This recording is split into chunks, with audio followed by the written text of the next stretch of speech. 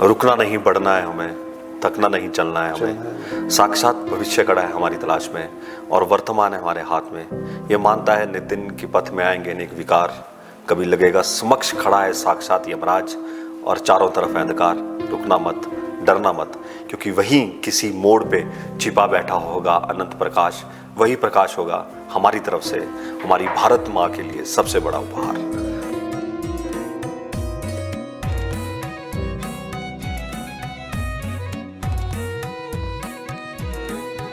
Doctor Nitin Vyas, the uncommon people uncut में आपका स्वागत है। धन्यवाद जी। आप हिमाचल प्रदेश विश्वविद्यालय में टूरिज्म के प्रोफेसर हैं। समाज सेवा में आपकी विशेष रुचि है और आप पर्यावरण के प्रति चिंतित हैं और नशे के खिलाफ आपने एक मुहिम छेड़ी है।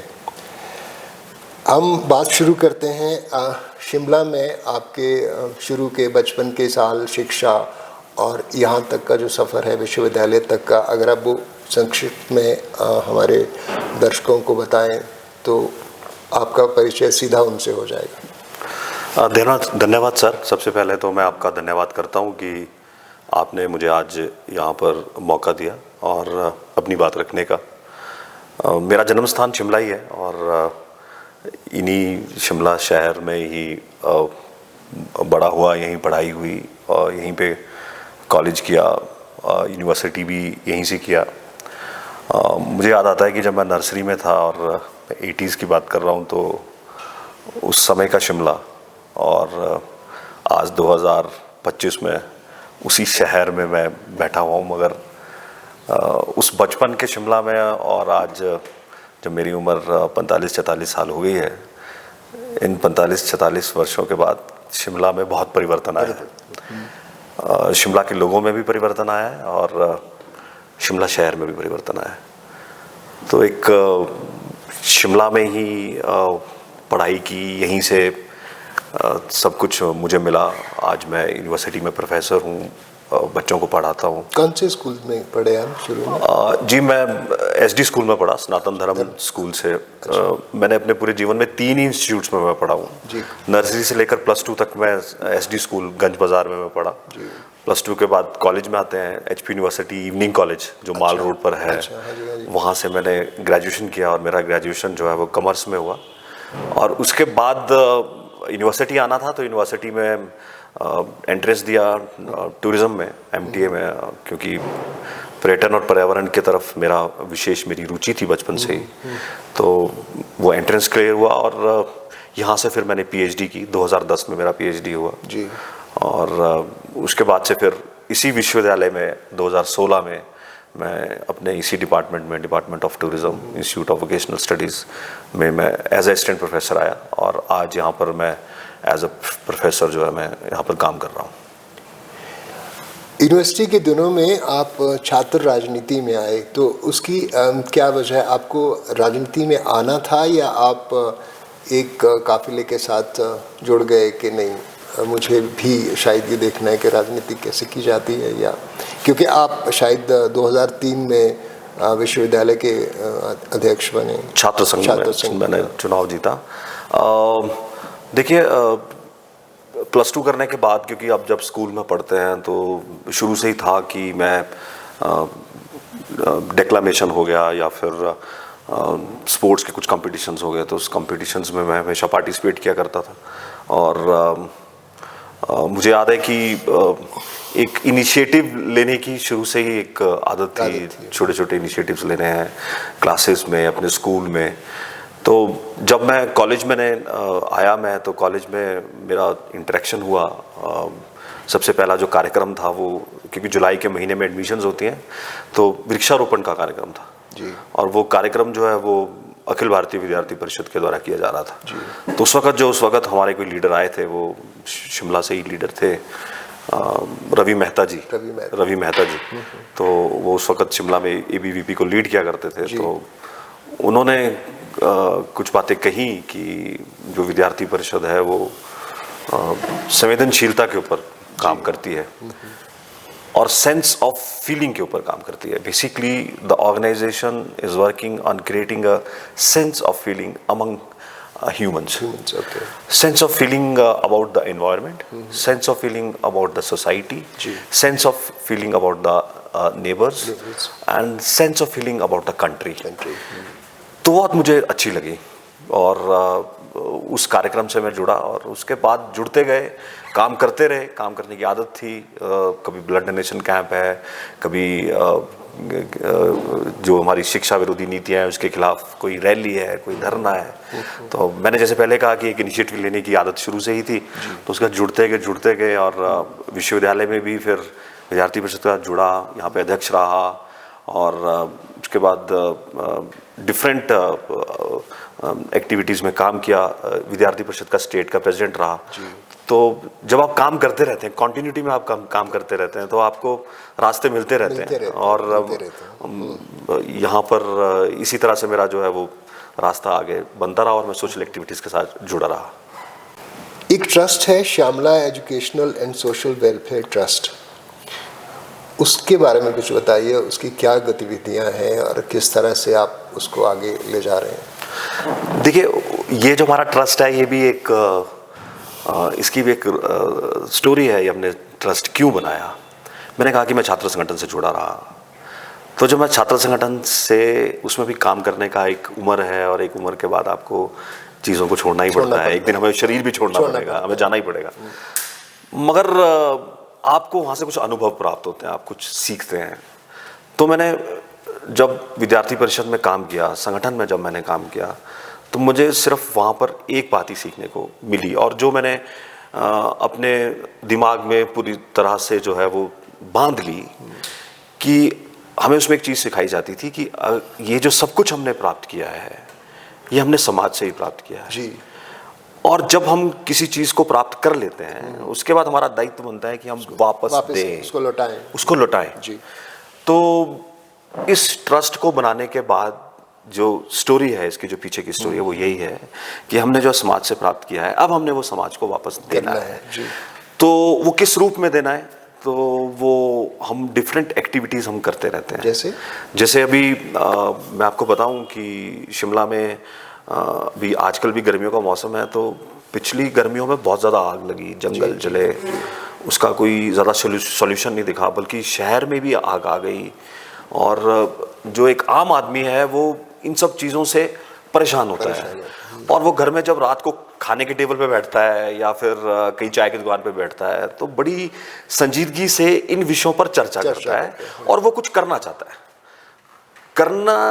है मगर उसको करने के लिए कोई प्लेटफॉर्म, कोई ऐसी आवाज़ दिखती नहीं है।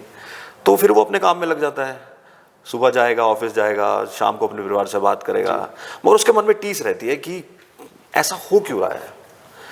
तो हमने एक इनिशिएटिव लिया कि हम जिसमें हमारा मेन मोटिव ये था कि हम लोगों में जागरूकता फैलाएंगे। जागरूकता इन द सेंस कि जो हमारी नई जनरेशन है, जो हमारे बच्चे हैं, जो 7वीं 8वीं 9वीं 10वीं में पढ़ रहे हैं, उनके दिमाग में एक हम बात डालेंगे कि हमारी एनवायरनमेंट के प्रति रिस्पॉन्सिबिलिटी क्या है। और अगर 9वीं 10 साल के बच्चे के अंदर आज हम वो सेंस डाल देते हैं, तो देखिए वो 70-80 साल तक वो इस समाज में उस रिस्पॉन्सिबिलिटी को निभाने के लिए अपने हाथों में जिम्मेवारी को ले लेगा। तो हमने एक कार्यक्रम लिया, एक परिवार एक पौधा।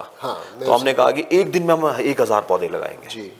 और जब हमने वो कार्यक्रम लिया तो लोग कहते हैं कि नहीं, 1000 एक दिन में आप 1000 पौधे कैसे लगा सकते हैं।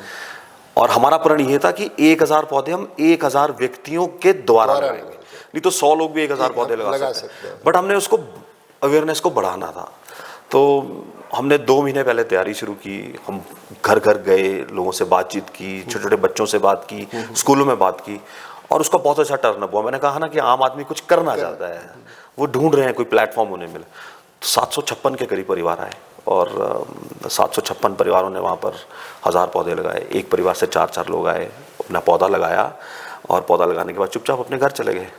तो हमें बहुत अच्छा लगा। और उसमें एक चीज़ बहुत अच्छी लगी सर, जो मैं आपसे, बहुत छोटी सी बात है और इस बात को बहुत कम लोग समझते हैं। मुझे बहुत सारे परिवारों ने बोला कि हम पौधा लगाने के लिए हम आने वाले नहीं थे। मेरा 6 साल का बच्चा, मेरी 6 साल की बेटी मुझे ज़बरदस्ती लेकर आई कि पापा हमें इनवाइट किया है और हमने वहाँ पर जाकर जो है एक छोटा सा पौधा लगाना है और उसका केयर हमारे परिवार ने करना है जब तक वो बड़ा ना हो जाए। सो जब वो चीज़ लगी तो that was very satisfying for me कि जो एक हमारी रिस्पॉन्सिबिलिटी की सेंस है वो ट्रांसफॉर्म हो रही है जनरेशन टू जनरेशन। ये आई थिंक ये बहुत ही खूबसूरत पहल होती है जब बच्चे कुछ करना चाहते हैं, क्योंकि वो फ्यूचर उन्हीं के हाथों में है और वो उसको आगे बढ़ाएंगे और वो बढ़ता रहेगा। Because once a sense of belonging comes to you, you can carry on with it. Yes. तो आपका ये आप हम नीचे बात कर रहे थे ये ड्रग्स को लेके, हिमाचल में ड्रग्स ने एक इतना बड़ा एक तरह से दीमक की तरह फैल गया है और बहुत परिवार नष्ट हो रहे हैं। यंग यूथ जितना है वो ड्रग्स के तरफ ऐसे चला जा रहा है, पता नहीं उसको कोई रोक नहीं पा रहा है, या हमारी सप्लाईज इतनी है, या लोग उसको सक्षम नहीं है रोकने में, या हमारी सरकार सक्षम नहीं है। तो उस पर आपने ये कुछ काम किया है, उसके बारे में बता दीजिए। आप कह ही रहे हैं ड्रग्स पे आजकल रोज अखबारों पे हमें सुनने को मिलता है। It's very painful. अभी मैं परसों भी खबर पढ़ रहा था मल्याना या पंता घाटी के आसपास किसी बच्चे का भी डेथ हुआ। अभी संजौली में पिछले दिनों बच्चा टॉयलेट में पाया गया 17-18 साल का बच्चा। It's very painful. और अब ये चीज़ें बहुत ज़्यादा बढ़ रही हैं और लोग भी चिंतित हैं और सरकारें भी बहुत अच्छा काम कर रही हैं। मैं देख रहा हूँ कि हिमाचल सरकार भी ड्रग्स के जो खिलाफ है वो चिंतित है, पुलिस भी अच्छा काम कर रही है। मगर वो क्या कर सकते हैं, वो किसी को पकड़ सकते हैं, जेल में डाल सकते हैं, फिर हमारे कानून इस तरह के कुछ दिनों बाद उनको जमानत मिल जाएगी, वो बाहर आ जाएंगे। We need a permanent solution and for that we need to know कि असल में हमारे लोग क्या चाहते हैं। लोग जो घर में एक महिला है जो दिन भर घास काटती है, अपने बच्चों का पालन पोषण करती है, अपने परिवार को चलाती है, she is the responsibility of the family, उसको एक संस्कार देती है, वो इस मसले पर क्या कहती है। तो इस तरह से हम एक टीम है, मतलब मैं अकेला ये काम नहीं करता हूँ।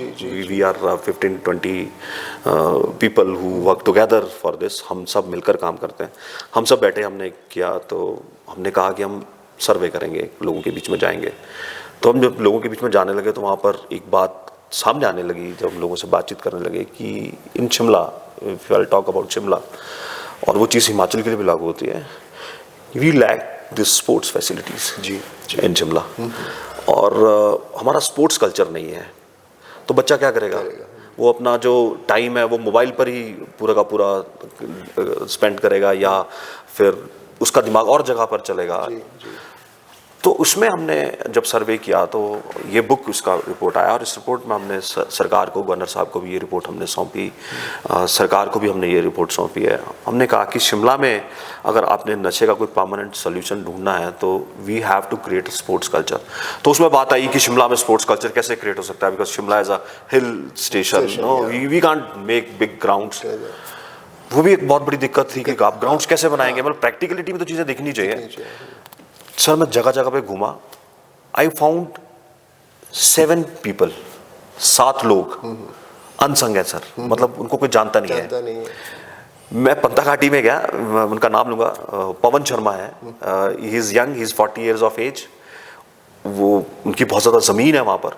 उन्होंने अपनी ज़मीन पर छोटे छोटे 2 बैडमिंटन कोर्ट क्रिएट किए हुए। तो मैं उनसे मिलने गया, मैं वहाँ पर गया तो मैंने वहाँ पर देखा 40-50 बच्चे खेल रहे हैं, प्रैक्टिस कर रहे हैं। मुझे बहुत अच्छा लगा। वही विजन मैं इस बुक पे लेकर घूम रहा था और मुझे वो प्रैक्टिकलिटी में दिख गया। तो मैंने उनसे पूछा, साहब why you are doing this? कहता है कि सर हमारे यहाँ पर जो है वो ग्राउंड्स नहीं है, तो मैंने अपनी ज़मीन पे, क्योंकि हम बड़ा क्रिकेट ग्राउंड तो बना नहीं सकते, तो मैंने छोटा सा एक बैडमिंटन कोर्ट बना दिया।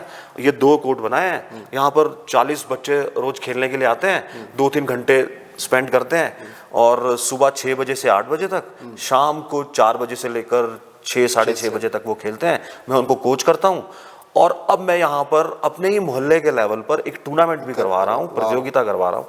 तो वो हमारे लिए बहुत बड़ा बूस्ट था, वही तो हम चाह रहे थे। उसके बाद सर मैं कन्नौग गया। कन्नौग में एक अभिषेक नेगी है, he made his small 22 yard cricket pitch, दोनों तरफ नेट लगा है, बॉलिंग मशीन लगाई हुई है, उसकी वीडियोस भी मेरे पास है। और वहाँ पर भी इसी तरह से बच्चे रोज शाम को खेलने आते हैं, उनको कोचिंग देते हैं। तो उन्होंने मुझे कहा कि मैं ये इसलिए बनाया है ताकि बच्चे अपने 2-2.5-3 घंटे यहाँ पर आराम से खेलें, हाँ। मोबाइल से दूर रहें और जब घर जाएं तो सो जाएं क्योंकि वो थके हैं, क्योंकि उनकी फिजिकल और मेंटल जो फिटनेस है वो बनी रहे। एग्जैक्टली। ऐसे बहुत से उदाहरण शिमला में 3-4 उदाहरण और हैं।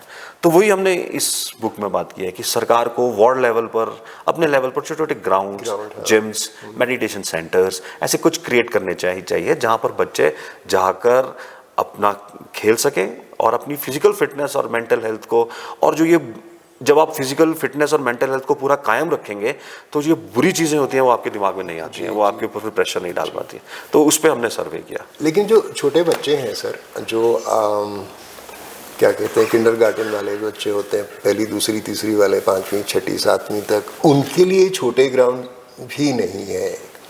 हैं, थोड़े से हैं, सरकार ने बनाए, लेकिन इतने नहीं जितने होने चाहिए, जो आप क्रिएट भी कर सकते हो। जैसे सरकार ने इतना बड़ा बस स्टैंड बनाया है, वो एक प्लेटफॉर्म पे बना दिया उन्होंने पिलर्स के ऊपर। So if you can make a platform this thing bus stand, you can very well make a small cricket ground, और ये स्मॉल फुटबॉल फील्ड और स्मॉल बास्केटबॉल कोर्ट, वो तो आर्टिफिशियल बनाए जा सकते हैं ना। बास्केटबॉल तो बनाया जा सकता है, बैडमिंटन कोर्ट्स बनाए जा सकते हैं, टेनिस के लिए कोर्ट्स बनाए जा सकते हैं, वो तो इंडोर भी हो सकते हैं। तो और छोटे बच्चों के लिए छोटे छोटे जो पार्क होते हैं वो क्रिएट किए जा सकते हैं, जहाँ 4 झूले कुछ ऐसा, वो बच्चे पड़ोस के बच्चे खेल सकें। अब रिज है, रिज एकदम खाली रहता है कभी कभी, मतलब सुबह सुबह तो वो खाली रहता है, तो अगर बच्चे वहाँ पे आके खेलते हैं तो शायद उनको खेलने नहीं दिया जाता। उसकी कोई वजह हो सकती है, कानूनी वजह हो सकती है, लेकिन I think there should be more play ground for little children, because उनकी ग्रोथ का वो एक बहुत इम्पॉर्टेंट पार्ट होता है।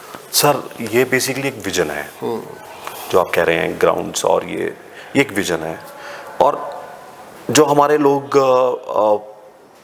एडमिनिस्ट्रेटिव पोस्ट पे बैठे हुए हैं या पॉलिटिकल पोस्ट पे बैठे हैं, they are the people, I am not blaming them, they should think that how we can create such small recreational activities for small children. Yeah, that's what right? I'll talk to you about this about British India, because Shimla was the capital of British India. 1864 हम capital बन गए शिमला। मैंने आपको कहा कि मैं शिमला में पैदा हुआ हूँ, तो सर जब मैं 80s में जब मैं स्कूल जाया करता था तो शिमला कैसा था? शिमला में जो अंग्रेजों की पुरानी बिल्डिंगें थी, उस बिल्डिंग के पीछे आपको बैडमिंटन कोर्ट देखने को मिलेगा ही मिलेगा। एग्जैक्टली, मिलेगा था। ये जो अनाडेल नीचे ग्राउंड है, ये अंग्रेजों ने ही बनाया। हाँ जी। और सबसे पहला फुटबॉल का टूर्नामेंट जो डूरंट कप वो यहीं से शुरू हुआ। That is the 3rd oldest Asian football tournament, है ना, वो शिमला से ही शुरू हुआ। अंग्रेज गोल्फ कोरने खेलने के लिए सर नालदेहरा जाया करते थे। क्रिकेट खेलने के लिए वो जाया करते थे। Means they were responsible for, they feel responsible for their generations, that how they can make their people mentally and physically fit, ताकि वो उनसे काम ही ना करवाएं। उनके पास ये विजन था, वो विजन था सर। और शिमला में भी वो विजन था। मैंने बोला Shimla is the small town, और सबसे पहला टूर्नामेंट यहीं से, डूरंट कप जो इंडिया का है वो यहीं से शुरू हुआ हो, तो कितना बड़ा, मतलब शिमला का स्पोर्ट्स के लिए कितना बड़ा योगदान है। मुझे लगता है सर हम भूल गए वो चीज़ें, आधुनिकता के उसमें भूल गए, क्योंकि हमें आगे बढ़ना था। आगे बढ़ते बढ़ते हम अपने लोगों को वापस क्या दे रहे हैं उस बारे में हम सोचना भूल गए। तो उस कारण से हम पीछे रह गए, और उसी कारण से क्या हुआ कि आज मुझे लगता है कि हम जैसे लोगों को इस विषय पर बोलने की आवश्यकता नहीं होती कि हमें पार्क चाहिए। आज पॉलिटिक्स में, राजनीति में मुद्दे यही हैं। आप कोई भी चुनाव होता है तो उसमें आप जब उनका घोषणा पत्र देखते हैं, चाहे कोई भी राजनीतिक पार्टी है, उसमें यही लिखा जाता है बच्चों के लिए पार्क होने चाहिए, हमारे यहाँ पे छोटे छोटे स्मॉल क्रिकेट ग्राउंड्स होने चाहिए, हमारे बच्चों के लिए यहाँ पे लाइब्रेरीज होनी चाहिए। वेरी इंपॉर्टेंट, मैं तो बहुत इंपॉर्टेंट सर एक चीज़ और समझता हूँ कि जो लोग 60 साल तक सरकारी नौकरी करने के बाद रिटायर हो चुके हैं, क्योंकि उन्होंने अपने प्रदेश की समृद्धि के लिए इतना योगदान दिया है, अपने जीवन के कुछ जीवन के महत्वपूर्ण क्षण दिए हैं, उसके बाद रिटायर होकर वो अपने घर में आते हैं, तो उनको हम सम्मान देने के लिए क्या कर सकते हैं, वो भी हमारा विजन होना चाहिए। तो जो हमारे सीनियर सिटीजन्स हैं उनके लिए हमने टाउन में क्या व्यवस्थाएं हमने की हुई हैं, चाहे वो यातायात की व्यवस्थाएं हों, चाहे वो हॉस्पिटल में स्वास्थ्य की व्यवस्थाएं हों, या फिर उनकी रिक्रिएशन के लिए कुछ व्यवस्थाएं हों। क्योंकि आफ्टर 60s एक बचपन और एक आफ्टर 60s इंसान अपने आप को बड़ा असहाय सा फील करना लगता है, शायद मैं किसी का, तो उनको हमें संभाल के रखना बहुत ज़रूरी है। तो ये चीज़ें सिर्फ सर हमें घोषणा पत्र में देखने को मिलती हैं, मगर हमें आज भी इन चीज़ों के लिए डिमांड करना पड़ता है कि पार्क होने चाहिए। अभी हमारा जो शिमला है वो अमृत में आया था, उसके because I am a professor so I do research at this, तो हमने अमृत पर भी सर एक प्रोजेक्ट किया, हमें ICSSR से मिला था। So we have to see the basic infrastructural facilities provided by the central government in Amrit, और उसका हमने कितना फ़ायदा लिया है। तो हमने देखा सर 76 के करीब यहाँ पे पार्क बनाए हैं, ओनली 21 इज़ ऑपरेशनल। यानी हमने जो बना दिए हैं उसमें भी 21 ऑपरेशनल हैं, और ऑपरेशनल भी ऐसे हैं सर कि वहाँ पर कोई भी देख रेख नहीं है, वो भी नशे का अड्डा बने हुए हैं, मैं आपको कह रहा हूँ। तो सरकार को संज्ञान लेना चाहिए। सरकार कर रही है, सरकार बहुत सारी कर रहे हैं पे, I think they are doing it, yes, but I think they should do it more seriously. They should do it more seriously है तो उसकी देखभाल तो मेंटेनेंस करना तो पड़ेगा ही। Sir I am saying this on camera because I am a responsible citizen of this country and of this city Shimla. We have water ATMs, और वो हमें अमृत में मिले हैं, बट जब हमने उसके ऊपर रिसर्च किया, this is the report review, sir single भी काम नहीं कर रहा है। अच्छा, पर हमने ढांचे बना तो दिए, जैसे आप कह रहे हैं कि हमने बस स्टैंड बना दिया, मगर उसका क्या विजन है, उसको कितने लोग उसका फायदा उठा रहे हैं, उसको हम कैसे मेंटेन कर पाएंगे, उसके ऊपर हमने ख्याल नहीं किया सर। तो इसकी वजह से क्या है कि वी आर लैकिंग। आप टूरिज्म के प्राध्यापक हैं। हिमाचल में टूरिज्म के विकास के लिए सरकार को क्या ऐसी योजना बनानी चाहिए जिससे हमारा जो रेवेन्यू है, क्योंकि टूरिज्म बेस्ड इकोनॉमी है या फ्रूट बेस्ड इकोनॉमी है हमारी मैक्सिमम, तो ऐसा क्या सरकार को डिफरेंटली करना चाहिए कि जो टूरिज्म है उसको बूस्ट मिले? किस किस तरह के वो टूरिज्म इंट्रोड्यूस कर सकते हैं, जैसे इको टूरिज्म है या कुछ और है? तो अगर आपके पास कुछ ऐसे विचार हैं जो सरकार को मदद कर सकें कि अगर वो ये करें तो टूरिज्म से हमारी जो इनकम है वो बढ़ जाए और सरकार के खजाने में थोड़ा पैसा और आए, क्योंकि we are in stress, we are in financial stress. Yes, आपने बहुत अच्छी बात करी sir, we are in a financial stress, और मुझे लगता है कि इस फाइनेंशियल स्ट्रेस से अगर हमें बाहर निकलना है और हमें अपने स्टेट को सेल्फ डिपेंडेंट बनाना है, मतलब अपने स्तर पर हमें किसी के आगे हाथ ना फैलाना पड़े, उल्टा हम देने वाले बने, और जैसे हम बिजली और राज्यों को देते हैं, हम देने वाले बने। तो मुझे लगता है टूरिज्म उसमें जो है बहुत अच्छी भूमिका निभा सकता है।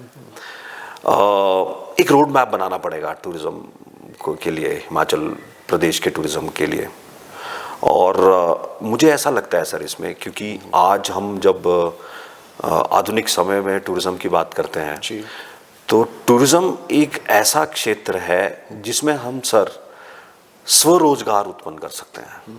और हमारा विजन तो ये बोलता है कि मैं कई बार बात भी करता हूँ कि जो हमारे गांव हैं उन गाँव को ही हम इतना समृद्ध कर सकते हैं टूरिज्म के बेसिस पर कि वो गाँव अपना इंफ्रास्ट्रक्चर डेवलप खुद कर सकते हैं। ये विजन है सर, और ये 1-2 साल में नहीं हो सकता, पर इसका अगर हम आज स्टार्टिंग करेंगे तो आने वाले 10 सालों के बाद आपको हिमाचल का में टूरिज्म के कारण से एक पॉजिटिव इम्पैक्ट देखने को मिलेगा। इसमें हमने सर 4 बातें की थी, क्योंकि पीछे कोविड था, तो कोविड में हमने चार चीज़ों में हमने जो हमें बात करनी चाहिए। एक, एनविजनिंग टूरिज्म आफ्टर कोविड, ये जो भी कोविड-19 आया था, आफ्टर दैट हमें टूरिज्म को दोबारा से एनविजन करने की आवश्यकता है। सेकंड जो हमने बात की है वो हमने बात की है public and private partnership for developing tourism infrastructure in our state. This is very important, broad mind से हमें इस बारे में सोचना पड़ेगा। Third is very important sir, जो मैंने आपसे गांव की बात की, that we have to take tourism to the villages of Himachal Pradesh. It is very important. Number 4 sir, we have to think that how we can establish this Himachal Pradesh as a brand yes. in world. We go to the trade fairs and for the tourism marts and to Germany, to England, हम जाते हैं वहाँ पर, मगर हम अपने आप को किस तरह से वहाँ पर एज अ ब्रांड हम पेश करें, वो हमें करना पड़ेगा। ये 4 चीज़ें तो हमने बोल दी, अब ये 4 चीज़ें होंगी कैसे सर? ये 4 चीज़ें तब होंगी जब हम सरकार, टूरिज्म प्रोफेशनल्स, टूरिज्म को के बीच में काम करने वाले लोग जो स्टेक होल्डर्स हैं, वो मिलकर बैठे, सरकार उनको इम्पोर्टेंस दे, उनको नए नए इनिशिएटिव्स लेने के लिए प्रोत्साहित करे, तो मुझे लगता है कि हमारे यहाँ पर टूरिज्म को लेकर एक अच्छा काम हो सकता है। सेकेंडली, अगर टूरिज्म को हमें इस प्रदेश में बढ़ाना है sir, very important to make aware the local community. उसके लिए हमें टूरिज्म को एज अ सब्जेक्ट 6ठी कक्षा से सर लोगों के बीच में पढ़ाना पड़ेगा। बिल्कुल। आप जर्नलिस्ट हैं सर, आपका टूरिज्म से कोई ज़्यादा सरोकार नहीं है, मगर being Himachali and being a state of being a resident of Himachal Pradesh, this is very important you to know the ABC of tourism, because every day you interact with new people. True. So you should have that sense that how to treat them, how to host them, how to talk to them, right? So this is very important. तो हमारे सभी लोगों में एक tourism के प्रति एक जागरूकता और टूरिज्म के प्रति हमारी जो उसको अध्ययन करने की रुचि है वो हमें बनानी पड़ेगी। ये बहुत ज़्यादा ज़रूरी है सर। आपने एक रिपोर्ट की है, स्टडी है ये, dynamics of disaster in Himachal Pradesh, learning for resilience. तो इसके बारे में कुछ बताइए, और क्योंकि आपने बहुत सारी जगह विजिट भी किए होंगे और बहुत जगह आपको लगा भी होगा कि it could have been prevented होने से, जैसे हमारा एनक्रोचमेंट्स हैं या कंस्ट्रक्शन है या अनमाइंडफुल कंस्ट्रक्शन है या हमने चेक डैम्स नहीं बनाए हैं। तो you must have seen all these places while preparing this report, so you want to say something on this? Sir, जल, जंगल, जन, जानवर और जमीन 5 चीज़ें हैं, और 5 चीज़ें भी बहुत महत्वपूर्ण हैं, और पांचों में बैलेंस होना भी ज़रूरी है, बहुत ज़्यादा ज़रूरी है। थोड़ा सा भी अनबैलेंस होगा तो ये जो आपको पिछले दिनों में, पिछले सालों में हिमाचल प्रदेश में देखने को मिला और अचानक देखने को मिला, मतलब आज से पहले कभी इतने स्तर पर नहीं हुआ, इतना हुआ नहीं है। शिमला में जब बारिश होती थी तो मेरे पिताजी रात को उठ जाया करते थे और वो बोलते थे कि ही 76, तो उन्होंने बोला मैंने अपने जीवन में ऐसी बारिश नहीं देखी। 7-7 दिन तक लगातार बारिश होती थी, मगर ऐसी बारिश नहीं देखी जो 2-3 घंटे में होती है और वो सारा का सारा जो अपने प्रवाह से सारा का सारा तहस नहस करके चली जाती है। तो जब इसका कारण ढूंढने में लगे कि क्या कारण है, शिमला में हमारे समरहिल में ही एडवांस स्टडीज के पास एक लैंडस्लाइड हुआ और उस लैंडस्लाइड में 19 जाने गए मंदिर के अंदर लोग पूजा कर रहे थे, बल्कि हम तो उस दिन से बॉडीज़ को निकालना, उनका पोस्टमार्टम करवाना, बहुत भयावह स्थिति थी। हमारी अपनी यूनिवर्सिटी के 2 प्रोफेसर्स का परिवार, उसमें पूरा का पूरा परिवार जो उस मंदिर में पूजा अर्चना करने के लिए आया था, वो उसमें समाप्त हो गया। बहुत मुश्किल था, और उन लोगों के लिए बहुत मुश्किल था जिन लोगों के साथ ये हुआ। वो आज भी शायद उसके लिए रोते होंगे, मगर उसके कारण क्या थे? मतलब वो मौत तो बिना बताए आ गई, और उनका कसूर भी नहीं, कोई कसूर नहीं था, और लोग तो कहते हैं वो तो भगवान के मंदिर में थे, फिर भी वो चले गए। तो वो धीरे धीरे धीरे धीरे भूमिका बन रही थी, और वो भूमिका बन के उसका जो श्राप था वो शायद उन लोगों के ऊपर आकर गिरा। तो ये एक दिन में नहीं होता सर। मैंने कहा कि 80s का शिमला क्या था और आज 2025 का शिमला क्या है, बहुत जमीन आसमान का फर्क है। आप भी शिमला में जब घूमते हैं तो आपको देखने को मिलता है। उसका कारण है, उसका कारण ये है कि हमने पर्यावरण के प्रति जो सोचना है वो छोड़ दिया। हम किताबों में एनवायरनमेंट साइंस तो बच्चों को पढ़ाते हैं, मगर उसको इम्प्लीमेंट नहीं करते हैं। और बच्चे भी एनवायरनमेंट साइंस के पेपर को, टीचर भी ये कहता है कि कुछ नहीं है, पास हो जाएगा, मत पढ़ो तब भी पास हो जाएगा। ये हमारी मतलब एक सोच है। मैं अपने बच्चे को बोलता हूँ कि फिजिक्स अच्छे से पढ़ ले भाई, केमिस्ट्री पढ़ ले, मैथ पढ़ ले, ये बहुत जरूरी है। और जिसने उसका एनवायरमेंट साइंस का पेपर होता है तो कोई बात नहीं। हाँ। तो मैं आपको अपनी एक सोच बता रहा हूँ, हमारी सोच है एनवायरमेंट के प्रति, हमारी सोच है कोई बात नहीं। तो वो सोच जो है वो आज हमें निकल कर आ रही है। आप शिमला को देखिए, शिमला में आज आपको हर जगह पर लोहे का जाल मिलेगा, हर जगह पर लोहे का जाल मिलेगा। आप शिमला में देखिए कि ट्रैफिक का इतना कंजेशन हो गया है। कल मैंने देखा वो संजौली जाते हुए, इतना कंजेशन हो गया है कि उसके कारण इतना पोल्यूशन, नॉइस पोल्यूशन, और लोगों का जो मानसिक स्तर है वो भी जो है वो खराब हो रहा है। उसमें मतलब उनको डिप्रेशन, स्ट्रेस है ना, ये सब छोटी छोटी चीजें हैं मगर ये इफेक्ट कर रही हैं। और आज अगर आप शिमला को देखेंगे, अगर आप चंडीगढ़ की तरफ से आएंगे तो आज शिमला आपको जुन्गा के साथ टच करता हुआ मिल रहा है। और बिल्डिंग के साथ बिल्डिंग है, और आपको कहीं पर भी फॉरेस्ट देखने को नहीं मिलेगा, कहीं भी आपको फॉरेस्ट देखने को नहीं मिलेगा। अभी कोई मुझे कह रहा था कि जब ये पूरा डिजास्टर हुआ तो उस डिजास्टर के बाद सरकार ने एक घोषणा की कि जो पेड़ खतरनाक हैं उनको गिरा दिया जाए। उसकी आड़ में सैकड़ों पेड़ गिरा दिए गए, जो लोगों को लगता था कि मेरी जमीन में जो है वो प्रॉब्लम है। अब देखिए लोगों की आप सोच देखिए कि उन्होंने उसके आड़ में वो सारे पेड़ गिरा दिए और अपने प्लॉट को बिल्कुल खाली कर लिया ताकि वो वहां पर एक और कंक्रीट की बिल्डिंग बना सके। तो सर मेरा कहना इसमें है कि इसमें सरकारें कुछ नहीं कर सकती हैं। जैसे नशे में मैंने कहा कि वो सब लोगों को गिरफ्तार कर सकते हैं और छोड़ सकते हैं। This is the matter of awareness among common people. और ये सारा का सारा दोष जो है मैं आम आदमी को ही देता हूं, क्योंकि अगर कभी ऐसा होता है तो वो उसके खिलाफ कभी आवाज नहीं उठाते हैं।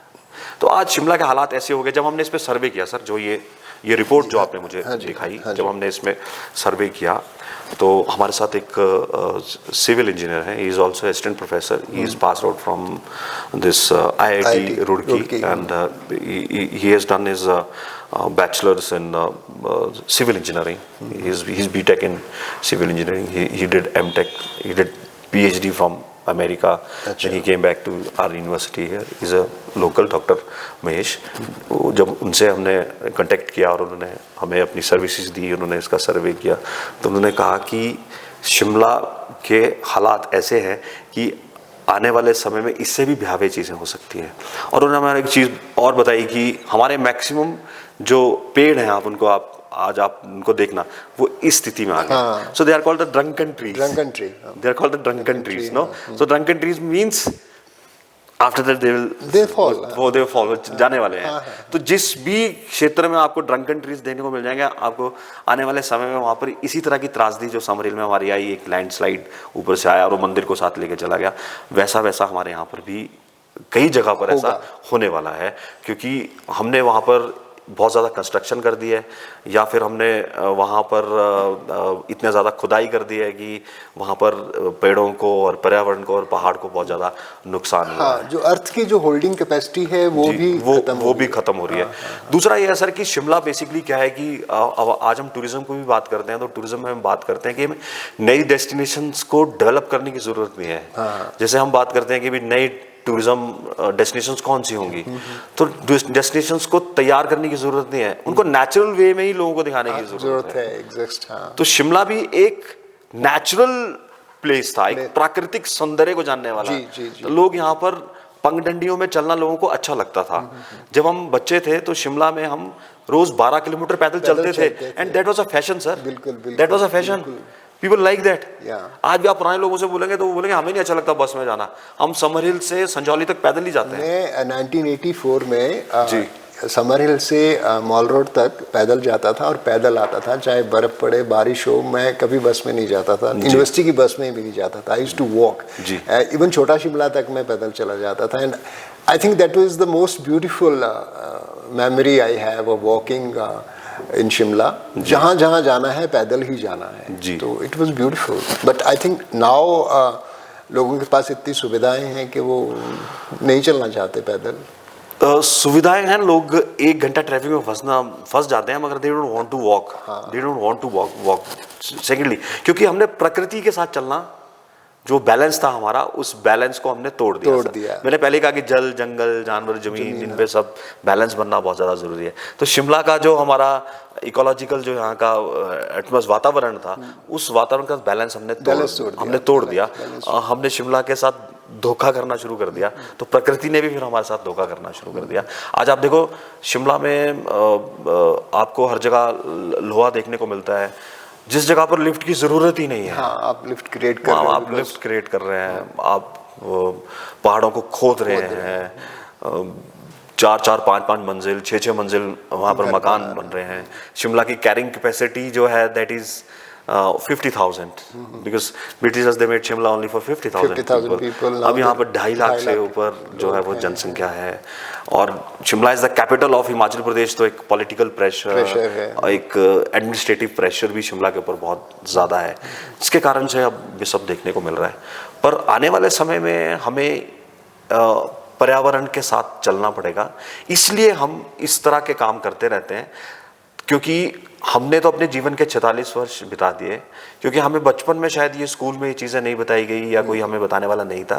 तो हम कोशिश करते हैं कि आज nursery, 1st, 2nd, 3rd, 4th, 5th में पढ़ने वाले बच्चों को हम जाकर ये चीज़ें उसके दिमाग में डालें, ताकि वो 80 साल तक इन चीज़ों को जो है उन लोगों के बीच में इम्प्लीमेंट करने का जो है एक वो अपना कमिटमेंट जो है वो कायम रखें।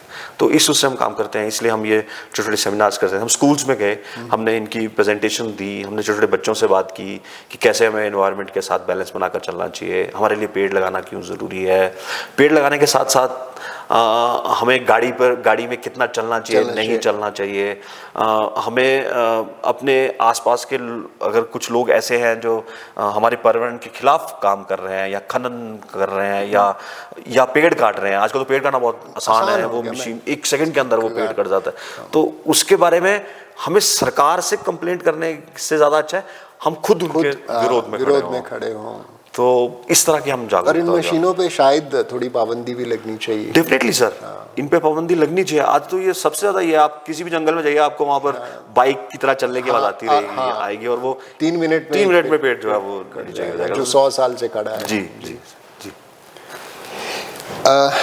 कोविड-19 के दौरान भी आपकी संस्था ने काम किया, काफ़ी आप कह रहे थे, तो आप कुछ कहना चाहेंगे उसके बारे में? शिमला कोविड जब आया सर, तो इट वाज वेरी बहुत दुखदाई था।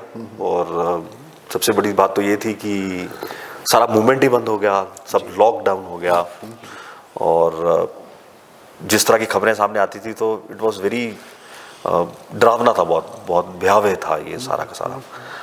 तो उस समय भी बहुत सी ऐसी खबरें आती थी, क्योंकि परिवारों के परिवार जो है वो कोविड से ग्रस्त हो गए, खासकर कुछ ऐसे लोग जो बुजुर्ग हैं। और आजकल ये भी स्थिति है कि जो बुजुर्ग हैं वो यहाँ पर रहते हैं, बच्चे अमेरिका में काम कर रहे हैं, कोई इंजीनियर है, कोई बॉम्बे में काम कर रहा है, तो सभी मजबूर थे, सभी अपने अपने घरों में बंद थे। तो कुछ ऐसे परिवार थे जिसमें जो हमारे सीनियर सिटीजन्स हैं, हस्बैंड वाइफ हैं, वो दोनों कोविड से ग्रस्त हैं, घर में कोई खाना बनाने वाला नहीं है, कोई उनको खाना देने वाला नहीं है। और स्थिति ऐसी थी सर कि लोग देखकर पर्दे बंद कर देते थे, अपने घर के दरवाजे बंद कर देते थे, हाथ तक नहीं मिलाते थे। बहुत सी ऐसे आई, मतलब ऐसी घटनाएं भी हमें देखने को मिली जो मानवता को भी शर्मसार करती हैं। मतलब लोगों ने बिल्कुल कई चीज़ों को इग्नोर कर दिया कि हम इस चीज़ में नहीं पड़ेंगे। तो ऐसी स्थिति में कुछ ऐसे परिवार थे जिनको खाना बनाने के लिए बहुत ज़्यादा प्रॉब्लम थी, क्योंकि कोई साथ उनके था नहीं। तो ऐसे सर 73 फैमिलीज़ को हमने 2 महीने तक लगातार ब्रेकफास्ट, लंच और डिनर हम गाड़ी में उनके घर में जाकर उनको प्रोवाइड करते थे, उनको दवाई देते थे, उनसे बातचीत करते थे। तो कोविड के दौरान हमें लगा कि हमें ऐसा काम करना चाहिए, क्योंकि हमारे पास ऐसी खबरें पहुंचती थी कि फलाने घर में फलाने लोग हैं, वो सारे के सारे कोविड से ग्रस्त हैं, खाना बनाने में असमर्थ हैं। तो हमने ये मुहिम छेड़ी, हम डीसी साहब से मिले, हमने अपनी गाड़ियों के लिए परमिशंस ली, हमने उनसे परमिशन मांगी कि हम उनको खाना दे सकें। तो हमने समरेल में ही अपना एक किचन सेट किया, तो प्रोटीन से युक्त हम उनको भोजन जो है बिल्कुल उनके घर तक हम पहुँचाते थे। तो 2 महीने तक लगातार हमने काम किया। सो that was very good sir, मतलब हमें बहुत अच्छा लगा। संजौली तक हम खाना देने के लिए जाते थे, और उसमें जब लोगों के बीच में बात चलने लगी तो लोग फिर हमें स्पॉन्सर करने लगे, क्योंकि अकेले हम नहीं कर सकते। हाँ। कोई हमें चावल स्पॉन्सर कर देता था, कोई दालें स्पॉन्सर कर देता था, कोई एग स्पॉन्सर कर देता था, बिकॉज वी नीड प्रोटीन से भोजन को देना पड़ता था। तो मैंने कहा कि आप जब कोई इनिशिएटिव लेते हैं तो लोग आपके साथ चलने लगते हैं। यस जी। ये जो Shyamala educational and social welfare trust है, इसमें सुनील उपाध्याय जी का कुछ वो है सर, स्मृति में ये कुछ? सर सुनील उपाध्याय जी जो है वो बहुत आदरणीय है हम सब के लिए, क्योंकि हमने अखिल भारतीय विद्यार्थी परिषद में काम किया है। और सुनील उपाध्याय जी के बारे में कहा जाता है कि वो बहुत छोटी उम्र में जम्मू से स्पेशली शिमला आए, बहुत छोटी उम्र में, और उसी छोटी उम्र में उन्होंने यहाँ पर इस विचार परिवार के खड़ा करने के लिए काम करना शुरू किया। हम तो बड़े we are very, I feel myself to be unfortunate, क्योंकि हम तो ना उनको देख पाए, हम उनसे बहुत छोटे हैं, मगर जो हमने उनके बारे में सुना है उसमें कहा जाता है कि वो बहुत छोटी उम्र में थे, 20, 21, 22 साल के थे या 23 साल के थे। उस उम्र में 40 साल का व्यक्ति भी उनकी बात को बहुत गंभीरता से सुनता था, बहुत गंभीरता से सुनता था, और उनकी बात को सुनने के बाद जो वो कहते थे उसके ऊपर एक्ट करता था। सर ये बात सुनने में हमें बड़ा अच्छा फील होता है कि मतलब उनका चरित्र कैसा रहा होगा, उनका व्यक्तित्व कैसा रहा होगा। तो हम उनसे मिल तो नहीं पाए। विद्यार्थी परिषद हिमाचल प्रदेश में को उनका बहुत बड़ा योगदान है, उसके लिए एक ट्रस्ट यहाँ पर बनाया गया, सुनील उपाध्याय एजुकेशनल ट्रस्ट। अच्छा, श्यामला नहीं, वो अलग सुनील उपाध्याय, उसमें मैं सह सचिव के रूप में, उसमें मैं जॉइंट सेक्रेटरी के रूप में मैं काम करता हूँ। गतिविधियां हैं उनके बारे में बता दीजिए। उनमें भी सर हम basically I also work in that trust, मैं उसका जॉइंट सेक्रेटरी हूँ, और उस ट्रस्ट में हम क्लोथ बैंक चलाते हैं, ब्लड डोनेशन कैंप्स हम चलाते हैं। हर वर्ष हम 12 नवंबर को, क्योंकि उनकी पुण्यतिथि 12 नवंबर को होती है, हम कार्यक्रम करते हैं।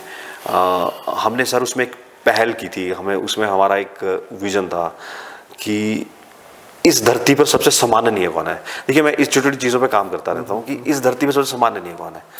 तो हमें ये लगा कि इस धरती पे सबसे सम्माननीय वो व्यक्ति है जो इस धरती को सुंदर बना रहा है ना। वो व्यक्ति नहीं है जो, ठीक है, जो मंदिर में बैठ के भगवान की पूजा कर रहा है, वो भी अपना काम कर रहा है, हाँ।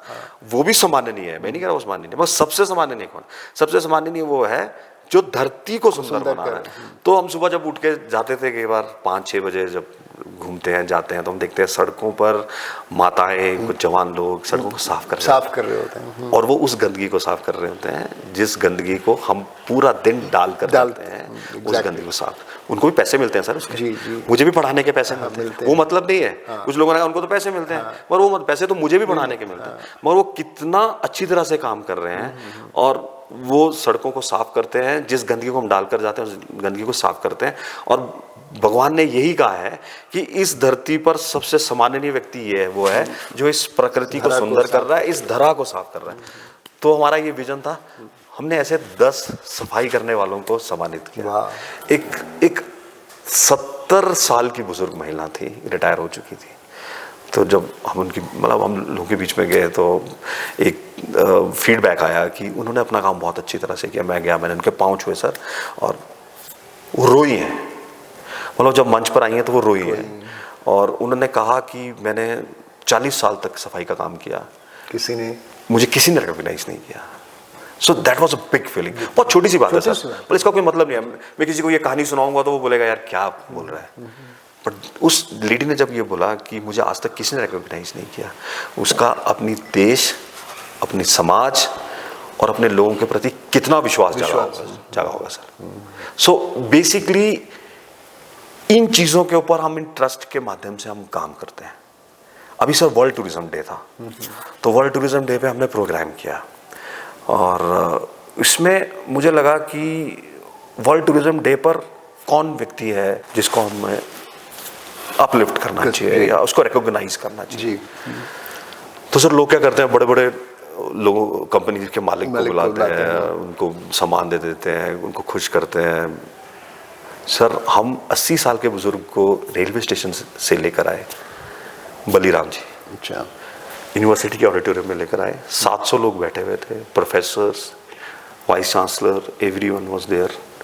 हमने उनको रिकॉग्नाइज किया। वो 40 साल से टूरिस्टों का अपने कंधे पर सामान उठा रहे थे और उनका व्यवहार इतना अच्छा था कि सबसे पहले जब टूरिस्ट ट्रेन से उतरता है तो जब वो उनसे इंटरेक्ट करता है तो उनका व्यवहार इतना अच्छा था कि वो बोलता है यार शिमला तो बहुत अच्छी जगह है, यहाँ के लोग तो बहुत अच्छे हैं। तो first impression, he is the first impression who is responsible for boosting the tourism of Shimla और Himachal Pradesh, because his behaviour is excellent and he is doing his job. वो सामान ही उठा रहा है लोगों का, but he is doing that job with full energy and the full commitment. And most important, वो उनको अतिथि देवो भव वाली उससे वो कर रहा है कि ये मेरा अतिथि है, तो मुझे तो इसके अगर जूते भी उतारने पड़े तो उतारूंगा क्योंकि ये मेरा अतिथि है। तो वो बिहेवियर जब उनका हमें पता चला, हमने उनको सम्मानित किया। तो जब हमने उनको सम्मानित किया तो मुझे प्रोवीसी साहब बोलते हैं कि यार आप इतना डीपली कैसे चले गए, मतलब वो इमोशनल हो गए, लोग रो पड़े सर जब उनको हमने वहाँ पे बुलाया, लोग इमोशनल हो गए।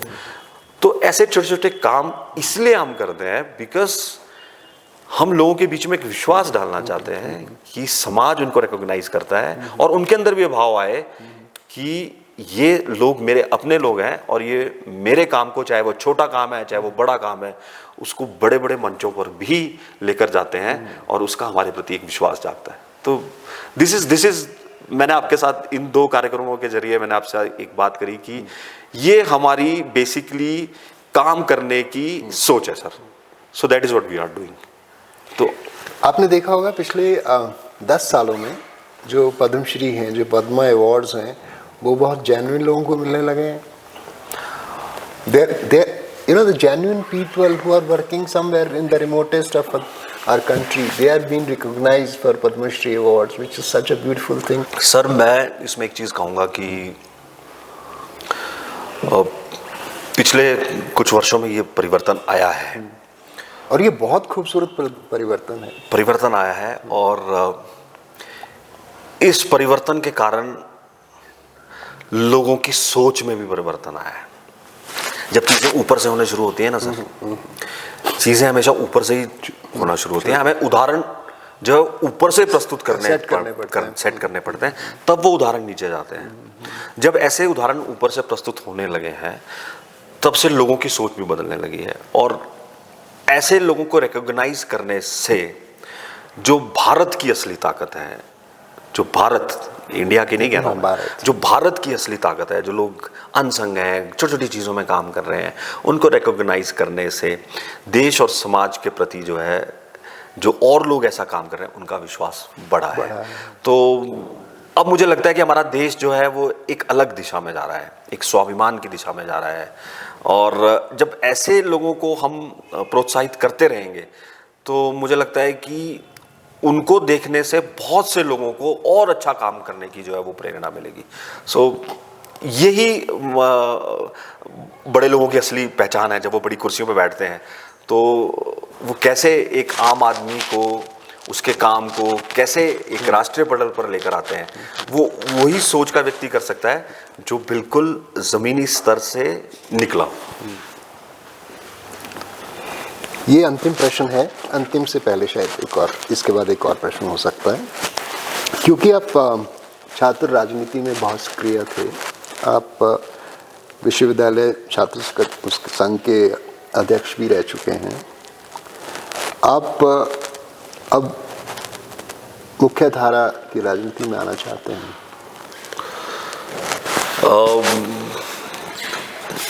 अभी बेसिकली सर मैं एक अध्यापक हूँ और अध्यापक के नाते भी मैं एक चीज़ अपने अंदर बिल्कुल रखता हूँ कि अध्यापक का रोल भी समाज में बहुत महत्वपूर्ण है। बहुत महत्वपूर्ण। मैं तो यूनिवर्सिटी का अध्यापक हूँ। अभी मैं कुछ जेबीटी टीचर्स से मिला था जी, तो हमारी यूनिवर्सिटी में वो आई थी, उनका कुछ ट्रेनिंग प्रोग्राम था, तो मुझे वहाँ पे चीफ गेस्ट बनाया था। I went to that teachers और मैंने उनको प्रणाम किया, तो वो बोली sir why are you doing this, मतलब वो थोड़ा सा मैंने किया, मैं आपको दिल से बात कर रहा हूँ। मैं उनको ये कहा कि I am a professor in our university because of, मैं तो उन लोगों को पढ़ा रहा हूँ जिनको आप शेप करके नीचे से भेज रही है। तो आप जड़ है, you are the most important. इसलिए मैंने आपको प्रणाम किया। तो मैं इसलिए आपसे बात की कि अध्यापक जो है वो जो है व्यक्तित्व निर्माण कर रहा है, चरित्र निर्माण कर रहा है, लोगों को शेप अप कर रहा है अच्छे विचारों के साथ। So this work is very important. इसके साथ साथ इस समाज को दिशा देने के लिए और जो मैंने आपको काम बताए कि आज हमारे अंदर बहुत ऐसी चीजें हैं जिनको हम सोचते हैं कि इनको कैसे इंप्लीमेंट किया जाए। I feel if I will get a chance to go into a electoral politics, sure I'll go for that, but the thing is that the logic behind that is this, that we don't want to be in politics like that, we want to gain a power. हमारे प्रधानमंत्री भी बात करते हैं, वो कहते हैं कि मैं प्रधानमंत्री नहीं हूँ, मैं प्रधान सेवक हूँ। So our motive is that we want to join a politics, we want to serve people, we want to serve real people who are contributing to the society. And they want to be recognized, they want a help. उनको कोई उंगली पकड़ने वाला चाहिए। मैं आपको बताता हूँ कि हम बच्चों के बीच में काम करते हैं, तो मैं जाता रहता हूँ ऐसी बस्तियों में भी जाता हूँ जहाँ लोग अपनी दिहाड़ी से अपना गुजर करते हैं। तो मैं एक महिला से मिला, वो घरों में जाकर लोगों के घर में काम करती हैं, मेहनत करती हैं। जी। उनके जो पति है वो बीमार हैं, तो मैं उनके जब बच्चे से मिला तो मैंने कहा बच्चे क्या कर रहे हो? तो बोला सर मैं +2 कर रही हूँ, I don't want to pass this NEET exam. So that was very, मतलब मेरे लिए बड़ा नॉर्मल था। मैंने बोला यार इसका थोड़ा मैं टेंशन डाइवर्ट करता हूँ, ऐसे ही अपने आप को वो करेंगे, मैं बच्चा तेरे को स्टेनोग्राफी वगैरह करवा देता हूँ, ये नीट वीट छोड़ो। बोले नहीं सर मुझे करना है। तो फिर उसकी माँ भी कहने लगी कि मुझे हेल्प चाहिए, तो मैं यूनिवर्सिटी में कभी रिसर्च स्कॉलर से उसको कोचिंग दिलाता था। फिर हमारे यहाँ पर एक राम मंदिर करके एक राम मंदिर सभा है, सूत सभा है, हाँ। वो फ्री कोचिंग क्लासेस वो चलाते हैं, तो वहाँ पर उस बच्चे को मैंने पढ़ाया। तो वहाँ के टीचर का मुझे फ़ोन आया, कहते जी आपके बच्ची को इनाम मिला है। हाँ। तो मुझे लगा कि she is doing something. After that when she did +2 she scored more than 80% marks. And I realised that if she is saying she wants to be a doctor, she needs a real help. Who will help her? Because she is not my daughter. वो मेरी बेटी नहीं है, तो मैं क्यों परवाह करूं? और विवेकानंद जी ने कहा था कि जो भारत हमारा देश है वो तभी विश्व गुरु बन सकता है जब हमारे लोगों में सेंस ऑफ फीलिंग आए। मैं आरएसएस में काम करता हूँ, तो आरएसएस में मैंने एक भाषण में सुना था और वो मेरे दिमाग में गिर गया। मैं आज आपसे बात करता हूँ कि जब हम अपने घर से बाहर निकलते हैं, जैसे हम अपने घर से बाहर निकलते हैं, मेरे संघ से सिर्फ एक ही बात सीखी है, राष्ट्रीय स्वयंसेवक संघ से। मैंने उसमें बहुत एक्टिवली काम किया है। तो मैंने उससे एक ही बात सीखी है कि जब आप अपने घर से बाहर निकलते हैं तो आपको रास्ते में किसी भी जात का, किसी भी क्षेत्र का, किसी भी धर्म का व्यक्ति मिलता है, उसका सुख उसका दुख मेरा अपना सुख दुख है, वो मेरा अपना भाई है, वो भारत माँ का बेटा है। These are the 4 lines. मेरे को ज़्यादा कुछ नहीं मालूम, मैंने सिर्फ 4 लाइनें सीखी। तो मुझे उसको लगा कि यार इस बच्ची की परवाह कौन करेगा, कि उसके पिता तो बेचारे पैरालिटिक हैं, माँ काम करती है, तो उसका दोष ये है कि नोबडी इज, मतलब उसको कोई देखने वाला ही नहीं है, और वो इसलिए डॉक्टर नहीं बनी बिकॉज उसके पास रिसोर्सेज नहीं थे। तो ऐसे बच्चों का we try to help them. We don't have much resources sir, but we have a feeling. So we have adopted 6-7 girls in Shimla city. अच्छा। So we do help them. तो ऐसे छोटे छोटे उदाहरण है कि अगर आप कल को सक्षम बनते हैं, इफ यू ऐसी स्थिति में आप कहीं मदद कर सकते हैं, आप कहीं बैठते हैं, आप मदद कर सकते हैं। So why not we can help these people, we can go with these people, उनको अच्छा कर सकते हैं, उनको खुश कर सकते हैं। तो इस तरह का विजन मेरा है। तो मैं सोचता हूँ कि अब मैं लोगों के बीच में काम करता हूँ, और कल को अगर मुझे मौका मिला, sure I will join that, और मैं उसको भी बहुत अच्छे से निभाने की कोशिश करूँगा। नितिन व्यास की रुचियाँ क्या हैं, आपको क्या क्या अच्छा लगता है? हाँ सर, मैं पर्यटन में हूँ तो मुझे घूमना बहुत अच्छा लगता है। I love to go around. So मैं पूरा भारत देश वैसे घूम चुका हूँ, और मेरी रुचियों में अगर मैं कविताएं भी थोड़ी बहुत लिखता हूँ, कुछ मैं लिखता हूँ। आप सुनाना चाहेंगे? हाँ बिल्कुल, मैं आपको सुनाऊंगा कि रुकना नहीं बढ़ना है हमें, थकना नहीं चलना है हमें, साक्षात भविष्य खड़ा है हमारी तलाश में, और वर्तमान है हमारे हाथ में। ये मानता है नितिन कि पथ में आएंगे अनेक विकार, कभी लगेगा समक्ष खड़ा है साक्षात यमराज, और चारों तरफ है अंधकार। रुकना मत, डरना मत, क्योंकि वहीं किसी मोड़ पे छिपा बैठा होगा अनंत प्रकाश, वही प्रकाश होगा हमारी तरफ से हमारी भारत माँ के लिए सबसे बड़ा उपहार। वाह, तो ऐसी कुछ मोटिवेशनल मैं लिखता हूँ। जब पहली बार मैंने माँ के लिए लिखी थी कि जब पहली बार माँ तुम इस धरा पर आई होंगी, पूरा चांदनी रात भी तुमसे शर्माई होगी। अब मैं तो उस वक्त पैदा नहीं हूँ, मैं माँ के लिए इमेजिन कर रहा हूँ कि इतनी सुगंधित होंगी तुम कि फूलों की सुगंध भी तुम्हारे आगे थोड़ा सा लज्जाई होगी जब पहली बार माँ तुम इस धरा में आई होंगी। ये तो महज एक कल्पना है, मैं लिखता हूँ, मुझे मालूम नहीं, मैं तो एक कल्पना कर रहा हूँ। ये तो महज एक कल्पना है, हकीकत तो इससे कहीं अधिक। वो तो नितिन की कलम भी नहीं लिख पाई होगी माँ, एक नन्ही सी परी, जब तुम पहली बार इस धरा पर आई होगी। So I write also, this is my hobby. मगर अब थोड़ा समय कम लगता है क्योंकि मैं एक्टिविटीज़ में ज़्यादा वो रहता हूँ, but I love to write sir. जी डॉक्टर नितिन व्यास, आपने द अनकॉमन पीपल अनकट में हमसे बात की, अपना कीमती समय हमें दिया, हिमाचल के बारे में बात की, पर्यावरण के बारे में बात की, अपनी संस्था के बारे में बात की, और टूरिज़्म को लेके जो आपके विचार हैं, आपका विजन है, उस पर हमसे बात की। आपका बहुत बहुत शुक्रिया। Thank you so much. Thank you sir, आपने मुझे मौका दिया और आपने मुझे बुलाया। सच अ प्लेजर। बहुत बहुत धन्यवाद। Thank you sir.